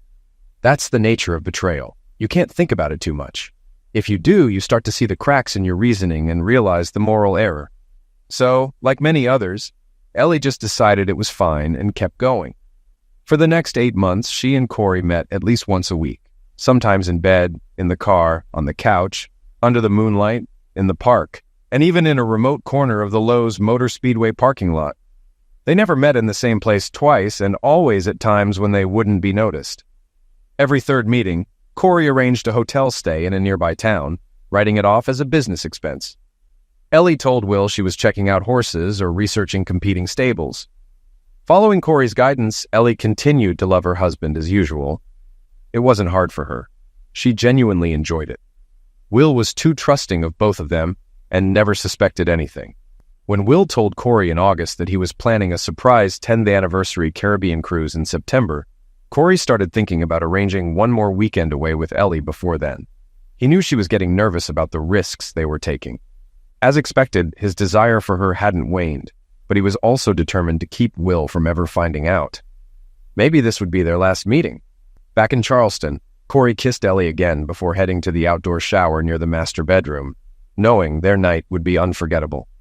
If either felt even a hint of guilt for their deceit, they didn't mention it. "Dinner can wait a few minutes," she whispered in his ear. Her phone rang, but she ignored it, which turned out to be one of the biggest mistakes of her life. Every cheater slips up eventually. Meanwhile, 3 hours away in Charleston, an unsuspecting Will Benton was enjoying Chinese takeout when his phone rang. The area code was 843. Given his work, Will was familiar with many area codes in the southeastern U.S. Charleston, he thought. He didn't get business calls on his personal phone and couldn't think of any friends from the area. "Hello? Hello, this is Gemma Hartnell. I'm trying to reach Ellie Benton." "Well, you're close. This is her husband, Will. Is there something I can help you with?" "I'm sorry to disturb you, Mr. Benton, but Mrs. Benton was riding with us at Seabrook today, and it seems she dropped her purse. I don't think she's noticed yet, or she would have come back for it. We tried calling her, but she didn't answer. So I found your number in her wallet and thought I'd try reaching you." Will's heart sank as he processed what he heard. "You said Ellie Benton, right?" "Yes, sir." Can you confirm her address from her driver's license? Sure. One moment. 1810 Falling Leaf Drive. That's our address, but there must be some mistake. Ellie's at a horse show in Lexington, Kentucky this weekend. Gemma hesitated, unsure of what she had stumbled into. I see, sir. If you talk to her, can you let her know her wallet is here at Seabrook Stables? Yes, of course, Will stammered, trying to understand the situation. I'll tell her. Thank you. Will hung up and immediately went to his laptop to check the travel itinerary Ellie had given him. She had left early that morning and was supposed to return Sunday evening. At the top of the page, he read, Champagne Run Jumper Show, Lexington, Kentucky, 9.109.12. This was the weekend, but apparently Ellie wasn't there. What was she doing in Charleston or on Kiowa Island? The question lingered, unanswered. Why would she lie about this? There had to be a reasonable explanation. Will was methodical and forced himself to sit down and consider all the possibilities. Maybe she was planning a surprise for them later in the fall, but that could easily be done online. Perhaps she was preparing something special for their anniversary, though he had already hinted about his own surprise. Could there be another horse show in Charleston this weekend? Had she changed her plans at the last minute to avoid seeming frivolous? He quickly searched the Charleston Visitors website for anything related to horses. Nothing. Maybe she was with her sorority sisters and hadn't wanted to mention it? None of these thoughts made sense. Then, reluctantly, he wrote down the last thing he didn't want to consider but couldn't ignore. Is she cheating? He felt a lump in his throat and a knot in his stomach. There were no other reasonable explanations. He thought he had married the most amazing woman. Beautiful, intelligent, and gifted. A woman he planned to spend his life with. A faithful woman. What should he do? He needed to think and process, but he also needed to calm down. He needed to ground himself. So he turned to the one person he thought could help. Corey. He began to press the speed dial for button 2 when he suddenly stopped. Oh crap, he thought as he started putting together the pieces he desperately hoped weren't true. Corey went to Florida to visit his parents this weekend, right? He scrolled through his contacts until he found Marty Parker's number and pressed call. Will, what an honor. I hope you and my son are still conquering the world. Hey Marty, I'm trying to reach Corey. His cell isn't answering, he lied. But he mentioned he'd be with you and Vera this weekend. It's not urgent, just a question. Is he nearby? I think you're mistaken, Will, Marty replied. Corey said he'd be in Hilton Head with a couple of fraternity brothers this weekend. Want me to try to reach him? Will fought to keep his composure. Don't worry, Marty. I probably mixed up the weekends. I left him a message. He'll likely call back. Hello, Vera, he barely managed to say before hanging up. This can't be happening, Will desperately tried to reason. Not his best friend and his wife. Please don't let this be true. He sat there for over an hour, struggling to breathe normally and think clearly. What should he do? Get on a plane and search for them? This is insane. He had no idea where they might be staying together. Should he ignore it until Sunday evening and ask for an explanation when Ellie returns? That wouldn't work because if she lied, she would just cover her tracks. He was sure she would probably have the Lexington hotel bill to back up her story. Ellie wasn't foolish. An hour later, he was still no closer to a decision. So he Googled divorce laws in North Carolina. North Carolina was a no-fault divorce state, and since they had no children, child support was off the table.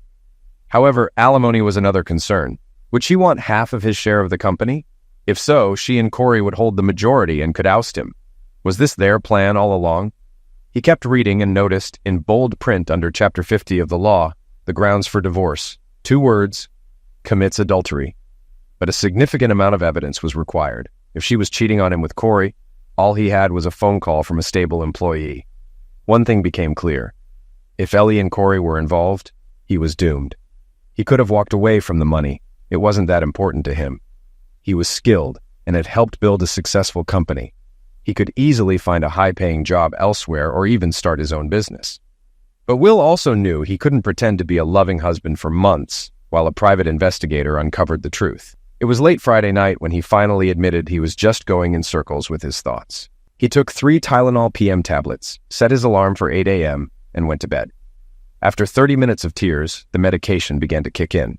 Meanwhile, in Charleston, it was past midnight when Corey and Ellie sat on the screened-in porch after a wonderful dinner, a moonlit walk on the beach, and 2 hours of passionate sex. The first hour had been rough, as if both partners needed to dominate one another. After their walk, Ellie ran a bath in a deep vintage clawfoot tub, and told Corey to wait for her in the king-sized four-poster bed. "No more waiting, witch," he growled, heading straight for the tub.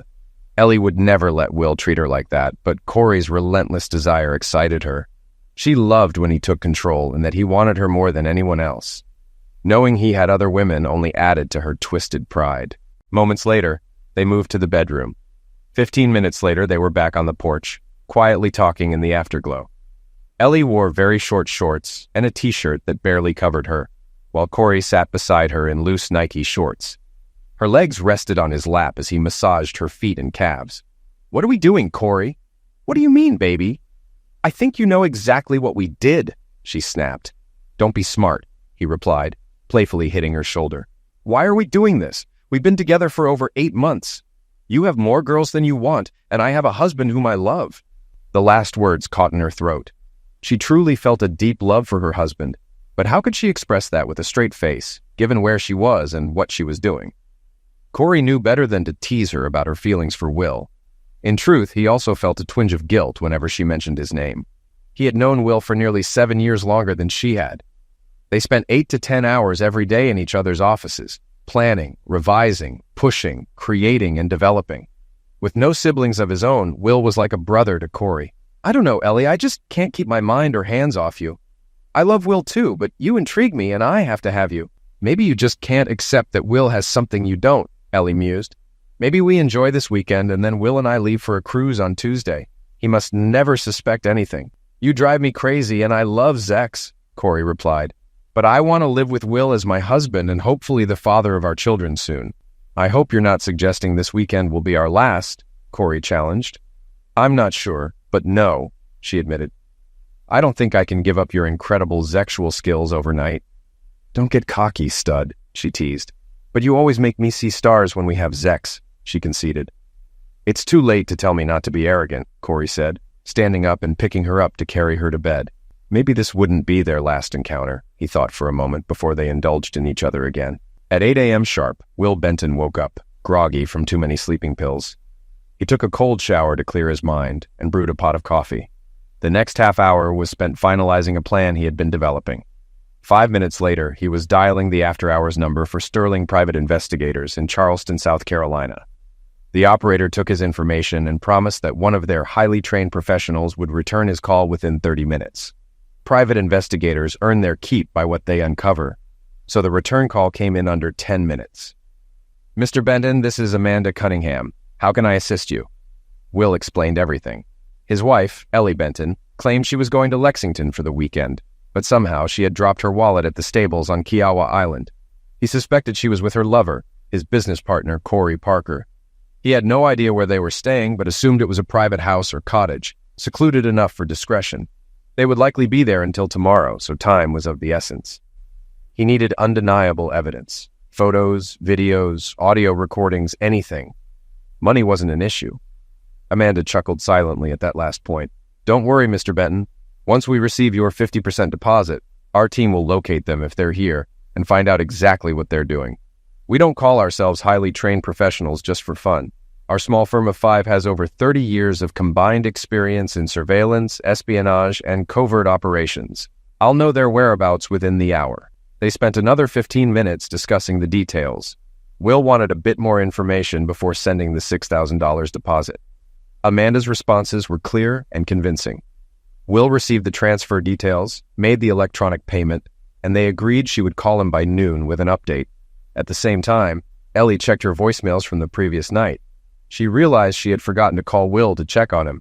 She did so from the Mustang as Corey drove them back to Kiowa to retrieve her wallet.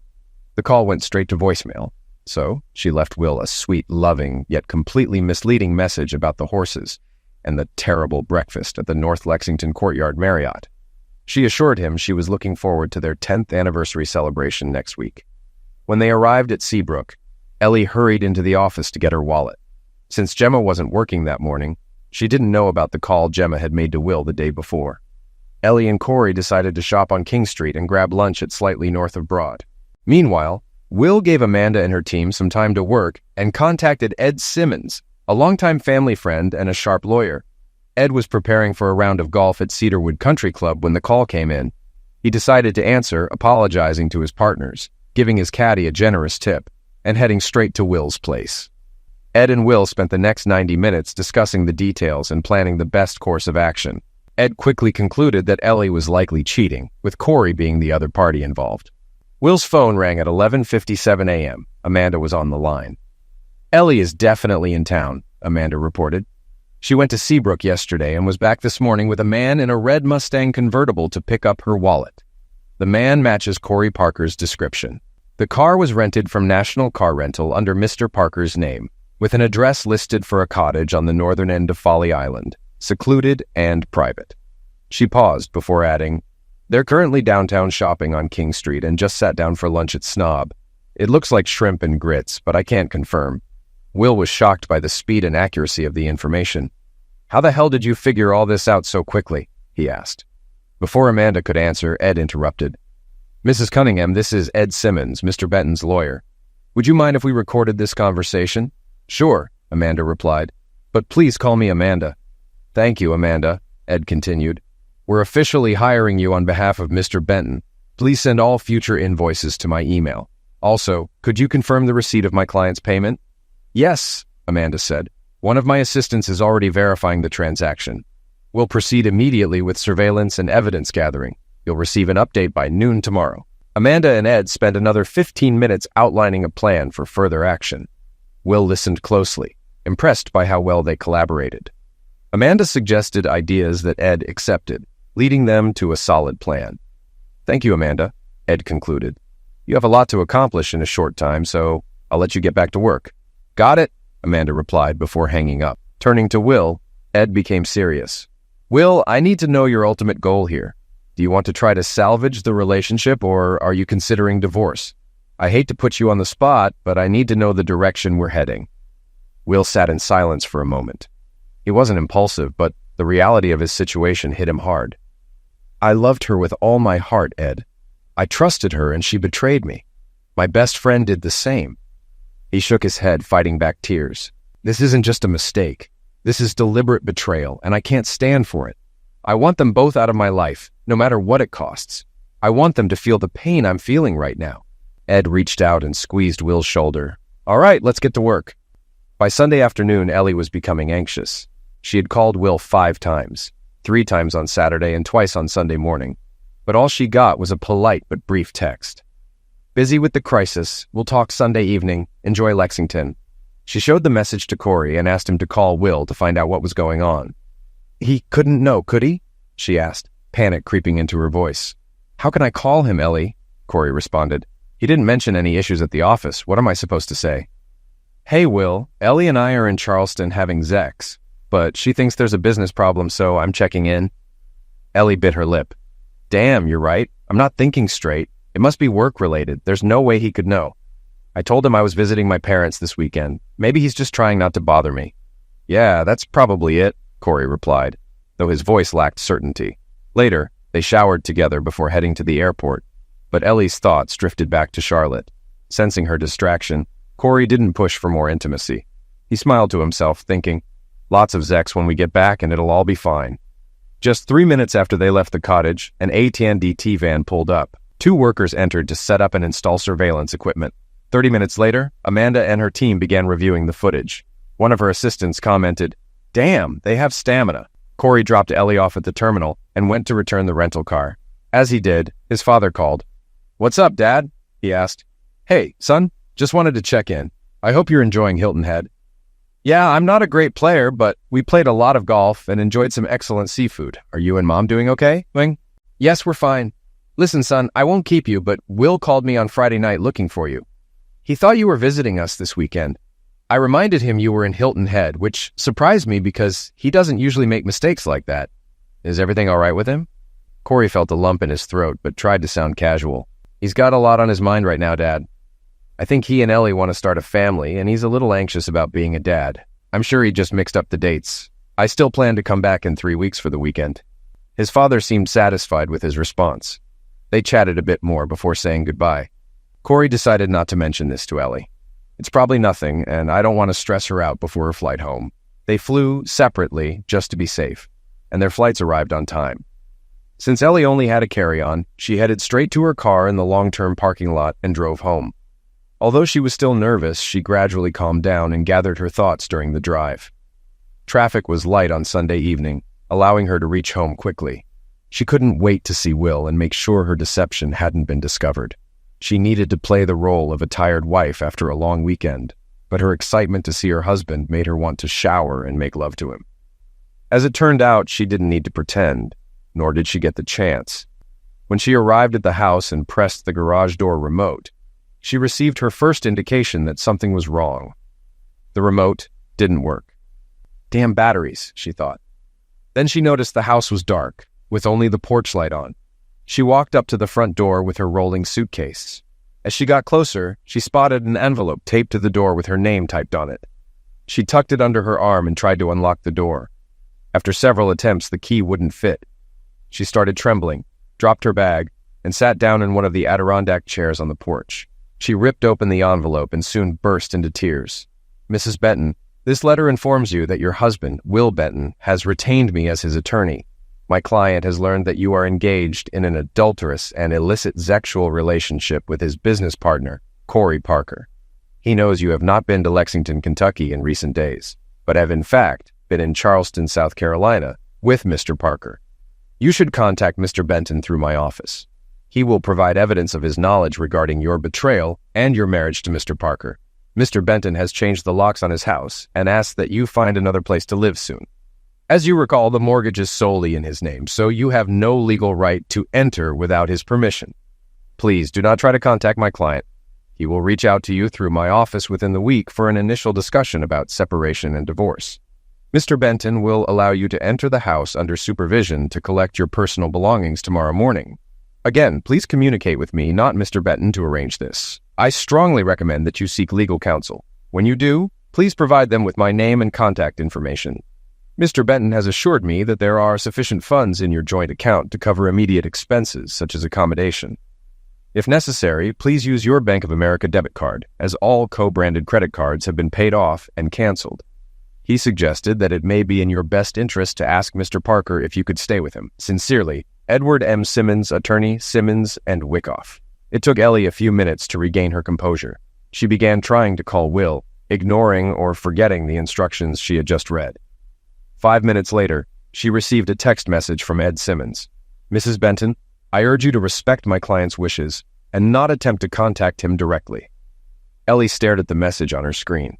Across town, Corey Parker arrived at his condominium, where he also received a letter from Simmons and Wyckoff. To Mr. Corey Parker, from Edward Simmons, attorney, Simmons and Wyckoff, my client, your business partner, Mr. William J. Benton, has learned that you are engaged in illicit sexual relations with his wife, which constitutes adultery. An initial financial audit conducted by Randolph Michaels, CPA, has revealed that company funds were used to cover at least 8 meetings between you and Mrs. Eleanor Benton in violation of the law.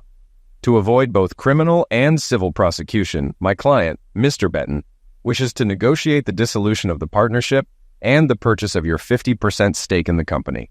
It is advisable that you seek legal and financial counsel regarding this matter. Please do not contact my client directly. Direct all communications to me at my email, edesw.com. Any violation of this request will lead to immediate legal action against you. Corey cursed himself. Damn, how many times have I taken Ellie with me and labeled it as entertainment expenses for clients? He realized he had already electronically submitted about $1,000 from last weekend to the accountant for reimbursement. He knew Will rarely scrutinized expenses closely, and Diana, the accountant, had no reason to suspect anything amiss. The annual independent audit was completed 2 weeks ago, with no discrepancies found. The total amount couldn't be more than a few $1,000s. But there's definitely something here that a snake like Michael's could have uncovered. He spent the rest of the night drinking, trying to figure out how to establish a perimeter defense. He found it easier to drink bourbon than to plan his next steps. Ellie had called and texted him more than a dozen times that evening, but he ignored every message. Damn it, I have a huge problem. Handle your issues and leave me alone, he thought, frustrated by the situation. How quickly the shaky foundation of a relationship built on lust can crumble. Ellie sat on her porch, dazed and in shock. Somehow her husband had learned much more than she ever gave him credit for. Her lover, whom she now reluctantly referred to as such, was ignoring her calls and messages. "I see where I stand with him now," she muttered under her breath. Bastard. If Ellie had ever truly considered it, she would have realized that while Corey might be good at business and a solid friend during easy times, he was never the type to put himself in jeopardy for her. Tears began streaming down her cheeks again. "I betrayed the man who would die for me, for a bastard who doesn't care about me," she whispered to herself, filled with regret. Meanwhile, in the guest cottage by the heated pool at Ed Simmons' house, Will and Ed were finalizing their plans. Will knew he had made the right choice in hiring Ed Simmons. On Sunday evening, Ed gathered another senior partner, 2 junior associates, and a counterpart to discuss strategy. Will couldn't shake the thought. "This is going to cost me a fortune." Yet he smiled. Better to spend money this way than to lose it all to a cheating wife. Ed reassured Will that both Ellie and Corey would soon realize the seriousness of the situation and would likely hire their own lawyers. "Their first responses will be denials, easily countered by our evidence, or attempts to save face," Ed explained. He encouraged Will to stick to his regular routine and be patient. "I doubt we'll have any updates until midweek," Ed advised. "So go to work, keep a low profile, avoid strangers, and don't take candy from anyone in a suspicious van." He laughed, hugging Will tightly. "Don't worry, son. You're in good hands with Simmons, and Wyckoff." Will hesitated to go home, fearing Ellie might be waiting on his porch with her usual excuses. "It's not what it seems. It didn't mean anything." Scenarios played in his head, but Ed was one step ahead. After a brief call, Ed turned to Will with a grin. "One of my guys just drove by your house and told her to leave because she was trespassing." Will raised his eyebrows. "She tried to act indignant, saying she was waiting for her husband, but my guy suggested she could enter if it was her house. That's when she got furious." Ed chuckled. "He pretended to call the police loud enough for her to hear. She left quickly after that." Will smiled at the thought, though it was a sad one. "Stupid witch," he muttered. In the following days, Will followed his lawyer's advice closely. By Tuesday, he changed his phone number because Ellie couldn't grasp that he didn't want to talk to her anymore. The office atmosphere was tense. Corey avoided Will, working from home on his lawyer's advice. "You don't want to appear pushy," was the guidance. "We'll value honesty," he told the small group, mentioning a disagreement he and Corey were resolving. He assured everyone that the issues would be temporary, though whether he believed that was questionable. Ellie continued working at the stables, but was so distracted that her employer asked if something was wrong. She explained that she and Will were having issues. Without going into detail, her boss, Stephanie, hugged her and encouraged her to hang in there. Ellie struggled to find competent legal representation. Lawyers wanted the facts up front, and it was clear there was little chance of a significant payout. The first 2 lawyers dropped her case. Eventually, she turned to a personal injury lawyer named Seth Moore, who assured her he had handled tougher cases and could secure a substantial settlement. He hoped she would have enough to cover his fees and maybe some left over for a night out at his favorite nightclub. Neither Seth nor Corey's lawyer, James Abernathy, had much time. Ed Simmons, a respected trial lawyer, pushed for a quick hearing after Ellie was served a summons 2 days after returning home. Abernathy knew he wasn't holding a winning hand, and that dragging the case out was beyond his client's finances. By the end of the second week, he advised Corey to offer to sell his share of the business at a reduced price to give him time to recover and pay his legal fees. Corey authorized an offer of $0.80 on the dollar. Simmons received this and suggested Will counter with 10 cents on the dollar. "We'll probably end up around 30, he said. Abernathy knows the situation but will still negotiate hard. Will wanted Corey to feel the pain. 10 cents on the dollar would bring him back to his financial starting point. But Will knew he needed to heat his lawyer. Getting 30 cents on the dollar would put Corey in a tough spot. He'd leave the rest to fate, or a later time. 3 days later, Ed conveyed the deal to Will. 28 cents on the dollar, he said over the phone. Not as much as you hoped, but still a solid win. Will thanked him. Ed then addressed a key issue. "Will, you need to talk to Ellie. The judge will want to know you tried to communicate with her. Even if divorce is your goal, having answers before the judge asks is always better. We had Judge Kim Landy on our divorce case. It could be better or worse, but it's manageable. She has strict rules about resolution, so she'll want to know about counseling, possibly even requesting it. I won't bore you with details, but it's time to talk. I'll arrange everything. We'll start with the lawyers, but then it's wise to meet alone. Show you can have a calm conversation, even in pain. It helps our case and shows you're reasonable." Will lowered his head, knowing Ed was right, but dreading it. Okay, Ed, you're right. Arrange the meeting. Ed looked at his young client with sympathy, recalling his own heartbreak. He had paid for college with an NROC scholarship and served as a first lieutenant during the First Gulf War. Back home, his love, Becky, decided not to wait for him. Ed was devastated, but he moved on with support from friends and family. He believed Will would be okay eventually, and that he would be better off without his cheating wife. But now wasn't the time to share that. Ed needed to be there for him. He might be tough, but he had a big heart. The meeting was set for noon the following Friday. Ed wanted Will to have the weekend to recover from the tough days ahead. Both sides agreed to spend the first 30 minutes with their lawyers, then have private time for Will and Ellie. Ellie and Seth arrived on time, with Seth in an off-the-rack suit from JCPenney. Ellie wore a modest light blue dress, a burgundy sweater, and her hair in a ponytail with Michael Kors glasses. Ed and Will stood as they entered the private conference room at Simmons, and Wickoff, ensuring the other party had to walk through several lobbies.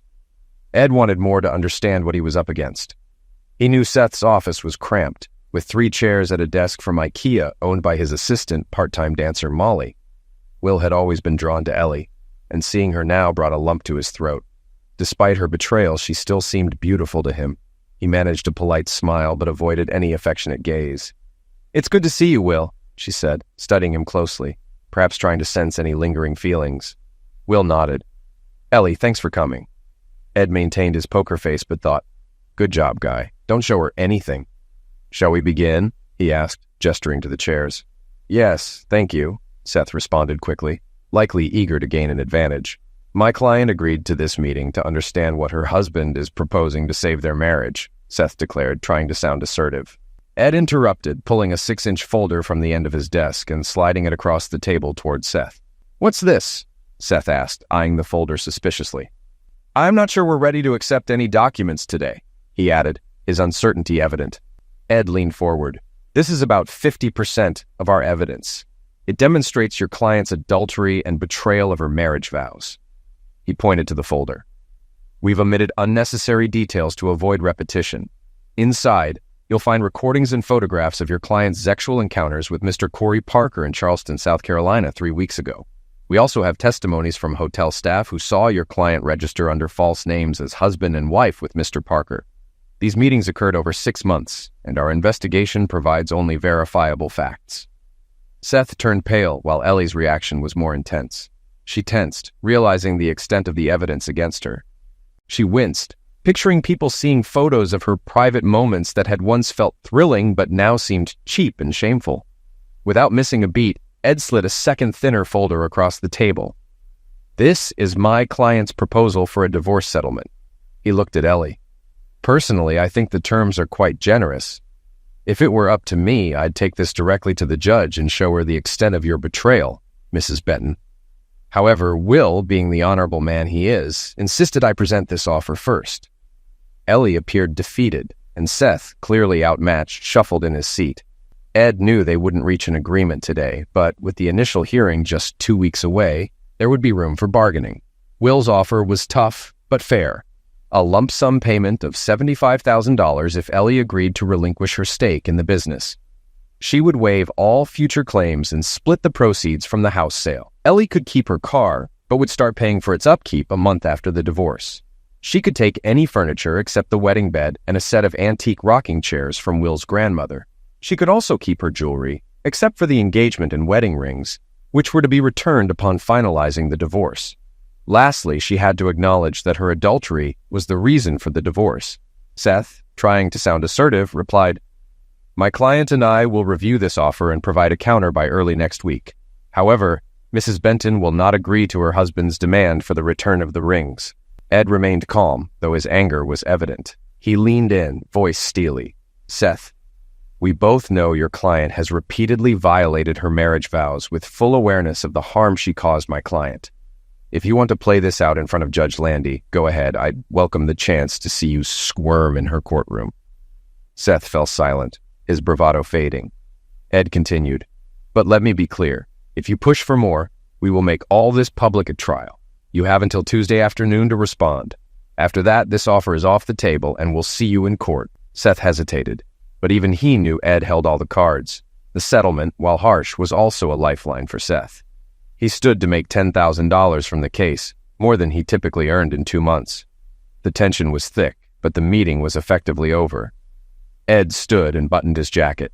"Let's give the Bentons some time to talk privately." Seth stood and shook hands with Ed, offering the obligatory, "We'll be in touch." After the lawyers left, an awkward silence filled the room. Will looked at Ellie, waiting for her to speak. As the aggrieved party, he recalled Ed advising him not to speak first. Ellie stared at the floor, nervously twisting her fingers in her lap. Finally, she spoke, her voice soft and trembling. "I have no excuses, Will. If I could take it all back, I would. My actions have hurt you deeply, and I'll carry that guilt for the rest of my life. Saying I'm sorry or that it was just Zex would be disrespectful, but I need you to know how deeply I regret it." Will's expression remained cold. "Believe what you want, Ellie. It doesn't matter to me anymore." Her eyes filled with desperation. "Is there any hope for us, Will? Could we get through this with counseling? I don't want a divorce. I never did. I'll do anything, just please. Let's stay together." Will clenched his jaw, fighting to contain his anger. How could she ask this of him now, after everything? Taking a deep breath, he forced himself to stay calm. "If the court requires counseling, I'll go." Ellie's eyes briefly flickered with hope, but Will crushed it. "But know this, I don't want to be with you, ever again. I loved you and gave you everything, my heart, mind, and soul, and you repaid me by sleeping with my best friend. I don't even know who you are anymore, Ellie, other than a cheap woman. I'll never touch you again or have children with you. You want forgiveness? You lost that the moment you slept with Corey?" Ellie paled, shaken by his words. "Will, do you really hate me that much?" He didn't hesitate. "Yes, Ellie, today I do." His voice was cold, heavy with finality. "You've only ever thought of yourself. I want to feel nothing for you. You're not worth the pain anymore." Ellie sat in stunned silence, realizing her last attempts had failed. She tried a few more times, offering promises of Zex, swearing off Corey, even suggesting therapy to understand her choices. But Will had shut down. Nothing she said reached him. After half an hour, the conversation ended. As Ellie stood to leave, she turned to him one last time. "Will you walk me to the car? Just one last moment together?" Will shook his head. "Go on your own, Ellie. Or better yet, call Corey and have him pick you up. Crawl back into bed with him for all I care. We're done." He walked away but paused at the door, turning to her with a bitter smile. "We had everything, Ellie, and you threw it away, but I'll give Corey credit. He must be one hell of a lover." Over the next few days, Seth Moore, the lawyer, struggled to get Simmons to concede points in the divorce suit. After the second conversation, Simmons stopped returning his calls. With the Tuesday deadline approaching, Ellie realized she had little chance of getting more than what Will offered. Corey finally called her on Monday, suggesting they meet for comfort. Desperate for affection, Ellie agreed to meet him at his condominium. She arrived at 8 p.m. and stayed the night, having Zex several times. Corey treated her like a plaything, and she accepted it. It was pathetic, but it was her choice. Meanwhile, Simmons had an investigator outside Corey's place, recording her comings and goings. When she left in the morning, it was clear she had been taken advantage of. Her mascara and lipstick smudged, looking cheap and used. The investigator chuckled and passed the evidence to Simmons, and Wyckoff. Later that morning, as Ed reviewed the file with an assistant, he muttered, "Nobody could be that stupid." When Ellie returned to her studio apartment, she called Moore and told him to accept the divorce petition without modifications. He tried to argue, but she hung up. The day of the first hearing arrived, and Judge Landis was as strict as everyone had said. She examined both sides, asking leading questions. Moore looked like a man in a sinking raft with sharks circling him. Despair was the only fitting word for his case. Simmons was under scrutiny, too, but he was impeccably prepared, providing answers before being asked and presenting ample evidence. Judge Landis asked the couple several questions. Will was well prepared, while Ellie was not. At the end of the hearing, Judge Landis stated, "The evidence in this case is overwhelming. While every difficult marriage has two sides, Mrs. Benton, I see no good reason for your decision to leave your husband for Mr. Parker. As I understand it, he even sold his share of the business for almost nothing, which confirms my view. I usually recommend counseling, but your cruel betrayal makes reconciliation impossible. I urge you to carefully reconsider your choices and focus on living your best life on your own. Mr. Benton's divorce claim and its terms are granted. The marriage is dissolved. Court is adjourned." There were no celebratory hugs or applause from Will. He and Ed discreetly shook hands. Seth Moore quickly retreated, leaving Ellie at the table. She stood up and exited the courtroom completely alone.